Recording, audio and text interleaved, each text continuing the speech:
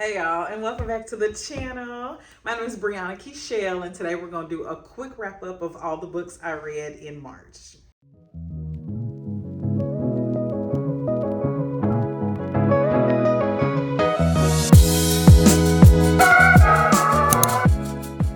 Okay, let's go ahead and start with the two books that I bought. I've been telling y'all about this book for so long, but I finally bought it. It's called The Black Church. This is Our Story, This is Our Song by Henry Louis Gates Jr. And then I also bought A Raisin in the Sun by Lorraine Hansberry.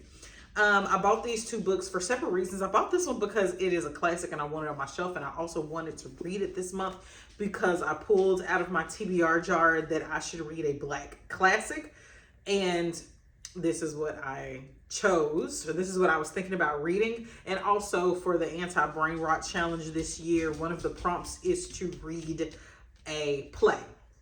Two birds, one stone, boom, bang. But I actually didn't read this technically until April 1st, so we won't be talking much more about this book. Let's go ahead and get into the books that I read. So, starting out with a book that I don't think we've talked about yet, my Accidental Valentine by Lily Love. This is about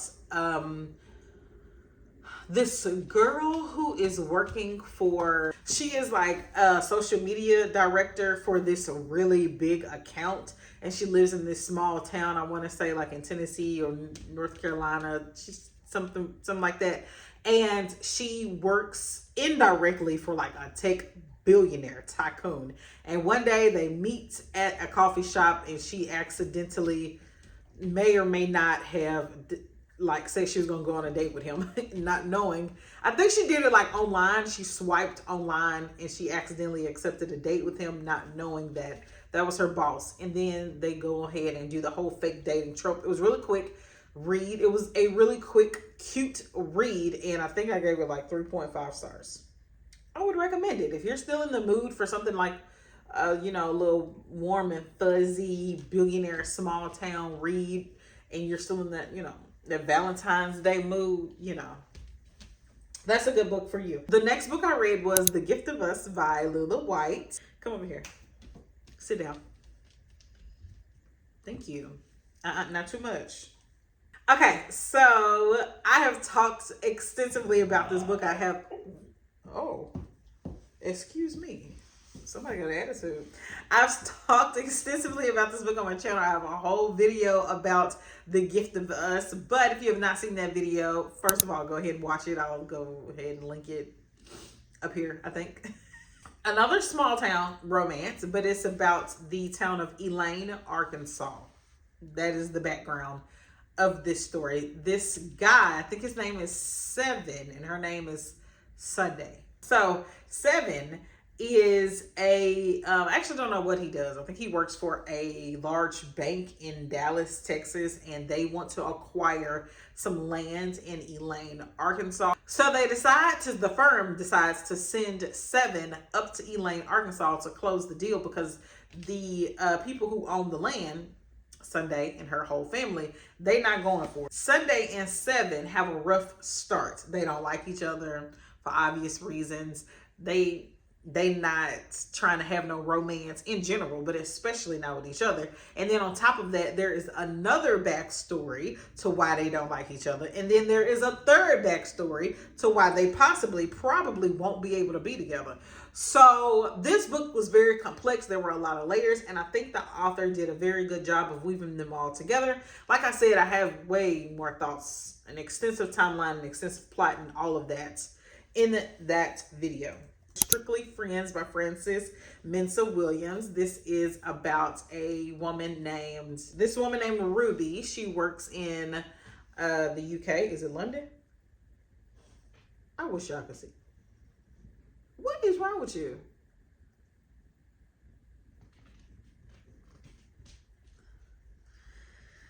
And she has a son named Jake. Jake and Ruby, like I said, they're living together in the UK, and Jake's dad, Kenny, who was also Ruby's like ex-boyfriend or her ex-fiance or something like that, one day he just got up and left, And he was like, if you want to find me, then I'm going to be out here on this island. So, toodaloo.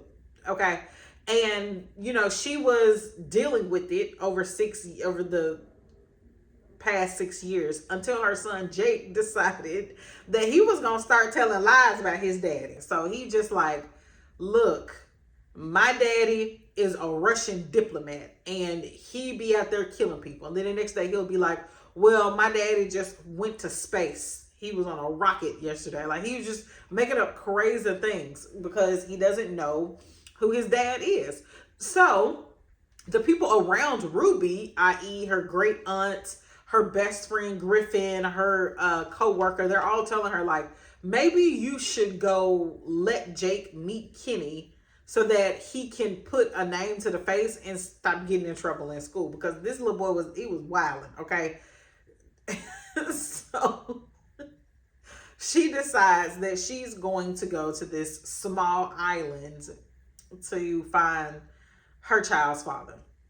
She is called Strictly Friends because she has a best friend named Griffin, and he is a womanizer. Oh, is he a womanizer, or he just likes to date? Because there is a difference. So he likes to date, and somehow, some way, Ruby gets caught up in his mess every now and again. But every time they tell anybody about each other, they say, oh no, we're strictly friends, and hence the name of the book. So that's what this book is about. I liked it. It was okay.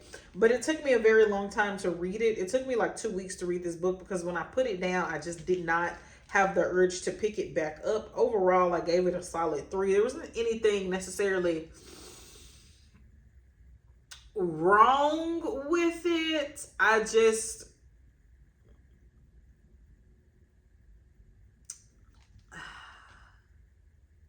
didn't.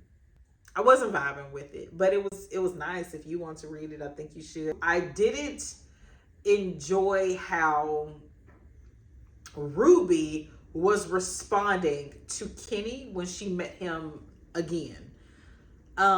There was also like a secondary plot with Ruby and another guy, and you know, okay. So yeah. But anyway, child, I gave it a solid 3. It was okay. The next book I read was The Black Church. This Is Our Story, This Is Our Song. The book I just told y'all I bought for this month. Okay, so this book is something that I have been planning to read since last year because I'm doing this year-long thing of learning how Black Americans became Christian. Okay, cool. This is the book for that. Like, it basically breaks down exactly how a lot of Black Americans became Christian, and it also breaks down the different denominations of the church. I enjoyed this book. I want to say, obviously, it is nonfiction, but it reads like a nonfiction, but for some reason, I was just really enthralled. I think because I was really looking forward to diving into this information that I was excited to read it.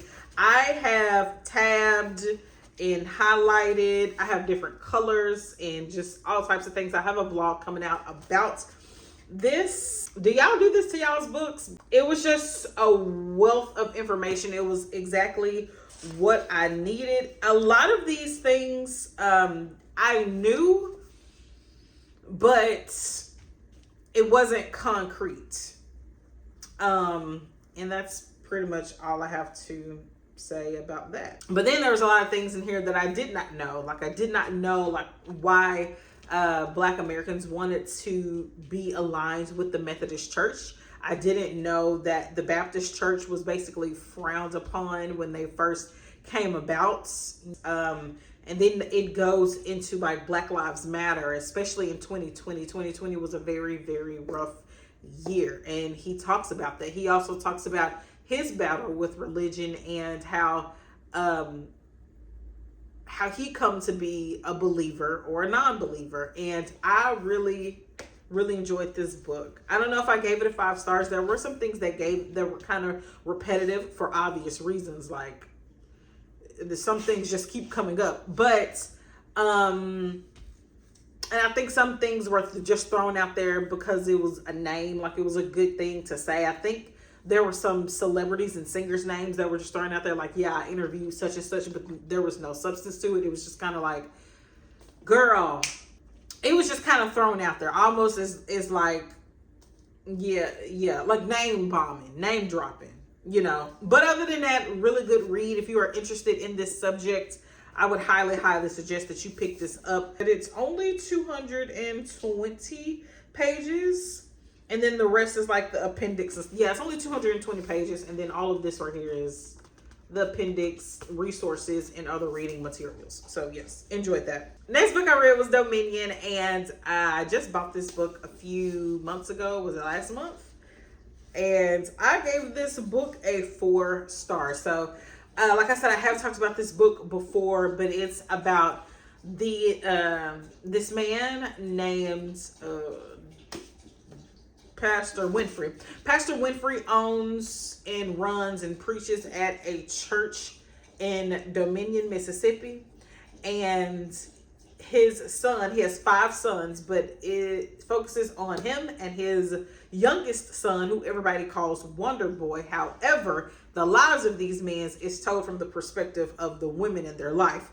So, Reverend Pastor why I keep on saying Wilkins, Winfrey. His wife's name, First Lady, is Priscilla.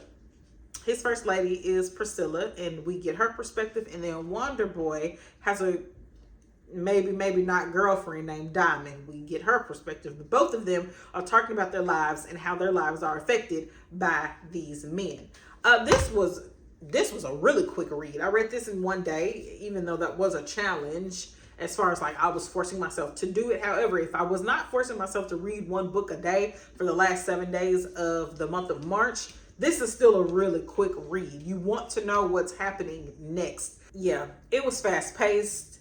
It was funny. The ending was, I did not know, first of all, the journey to how we got to the end. I didn't expect that to be the plot. I didn't expect the end to end how it ended. I also didn't enjoy how quickly the end was wrapped up. And I think some of the things that the author was trying to say was very vague. However, other things were very obvious. So I think that you should read this if you do like a fast-paced read, and if you've been seeing it floating around on the interwebs, people are talking about it. It is good. I think you should pick it up. Read the trigger warnings though, because stuff turns around. Okay. The next book I read was The Secret Lives of Church Ladies, which is a short story collection. I hate to say this, but I did have to look up the difference between an anthology and a short story collection. Yes, I did have to Google that. And from what I understand, since there is, I think, if I'm not mistaken, there's only one author who wrote all of the short stories in this collection. So this is a short story collection because everything had one author. Had this been a collection of stories for different authors, this would have been an anthology. Yes, we learn something new every day. So, The Secret Lives of Church Ladies is literally what it says it is. This book touches on feminism, religion, not unhinged relationships, but what's it called? Like relationships that you're not supposed to be in. Forbidden relationships within the church, sexuality, how the church views sexuality, dating, mortality, a lot of different things. Check the trigger warning. Sickness and health. I think the only thing it didn't really touch on for real was marriage. Oh, it kind of did though, but from the other side of it. So I really enjoyed it. This was 9 different short stories. Some of them did not have a correlation with church at all, so I was a little thrown by that. But I want to say 6 out of the 9 stories were directly aligned with either church or religion or the views of one or the other.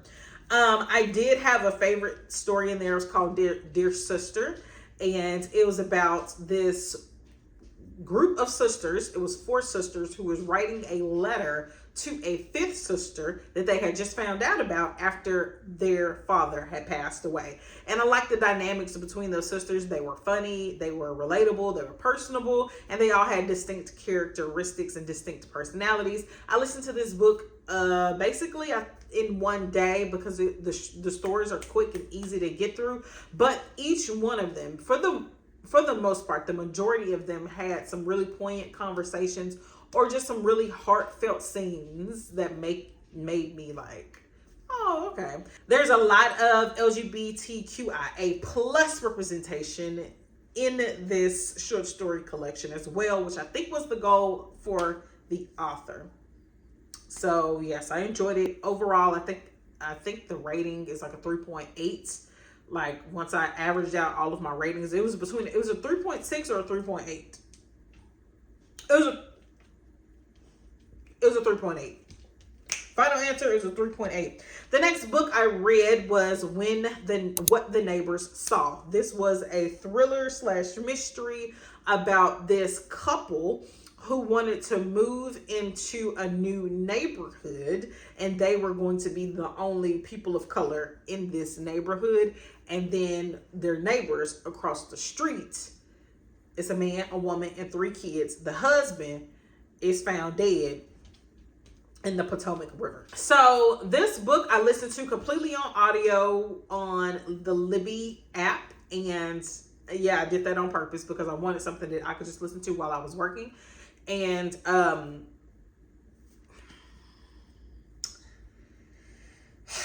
I gave it a 3-star. What did I give it? 3 or 3.5? Yeah, I gave it a solid 3-star. The plot itself was good because in general, the process of moving into a new home is a vulnerable process, in my opinion. I just had to move about 2 years ago. And there are so many, if you have movers coming in your house, contractors, people to look at stuff, fix stuff. You have the real estate agent who got the key to the house, obviously, because why wouldn't she? There are so many points of vulnerability in just like going from a place of being comfortable to a place that is new and uncomfortable because you're not used to it yet. You have all of these new people and you don't know what they like. You don't even know if they're crazy. Honey, moving can be stressful. And it can also just put you in a space of vulnerability. And any book about that to me can be easily terrifying. It could be easily suspenseful and thrilling. So I was excited to read this book because I was like, oh wow, this might touch on something.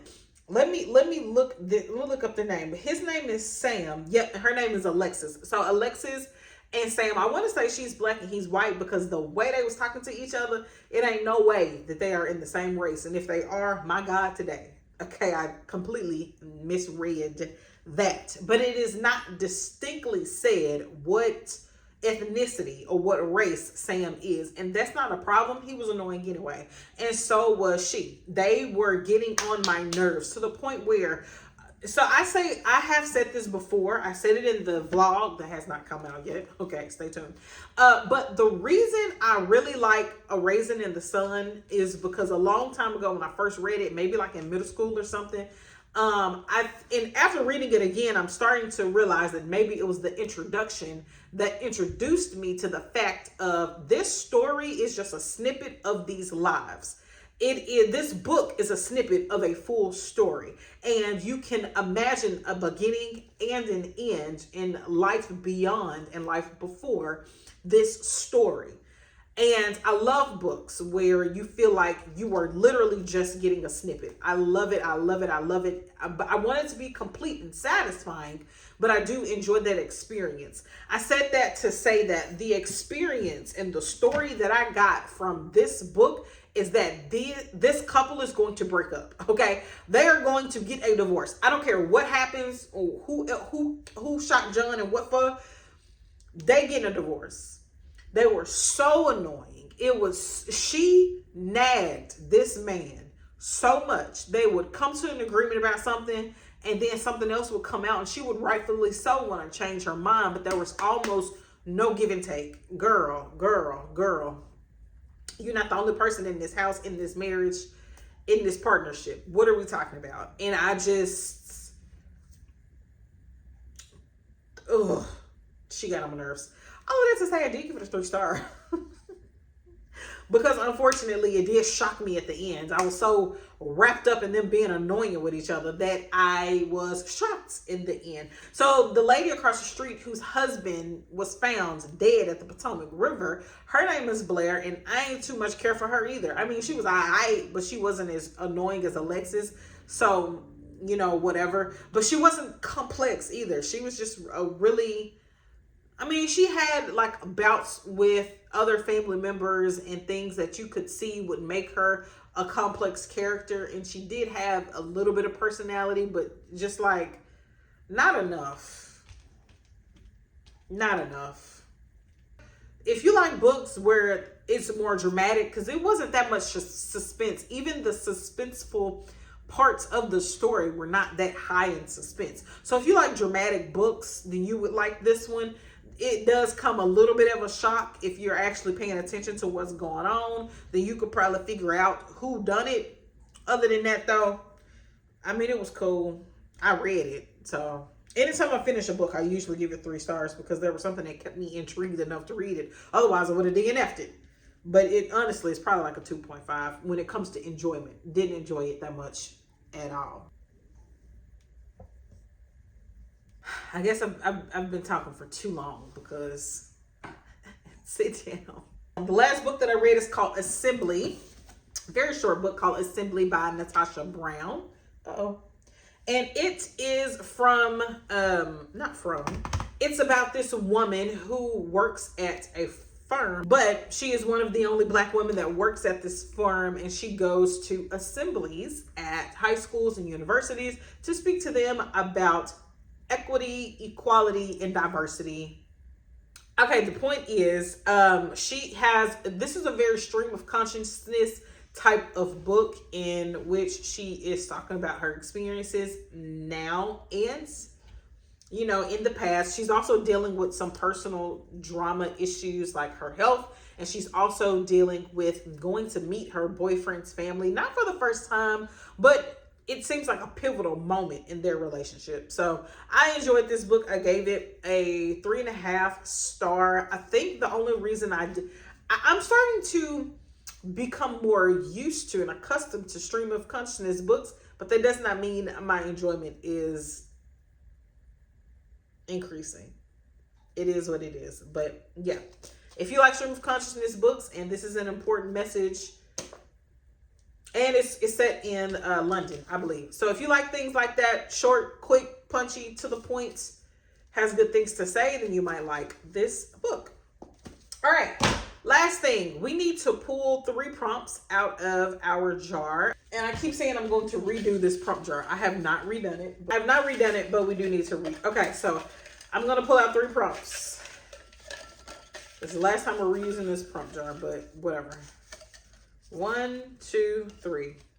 I got L. L, a love story that is not a romance. I don't really know what that means, but okay. H, a historical fiction set in the 1900s. We can do that. And then last but not least, S, a science fiction book with a futuristic setting. These are the 3 prompts that I'm going to try and read from for the next month. Yeah, so that's it. Thank you so much for watching the video. I'm going to play with these until it's time to wrap up. Anyway, thank you so much for watching the video. I will see you guys in the next one. Tell me what you plan on reading for. Oh, I didn't even tell y'all. This is for what I plan to read for April. Did I say that? Anyway, now I'm rambling. Tell me what you plan on reading in April, girl. Okay, you ready for the spring? Spring is here. Spring has sprung. I am. Anyway, bye.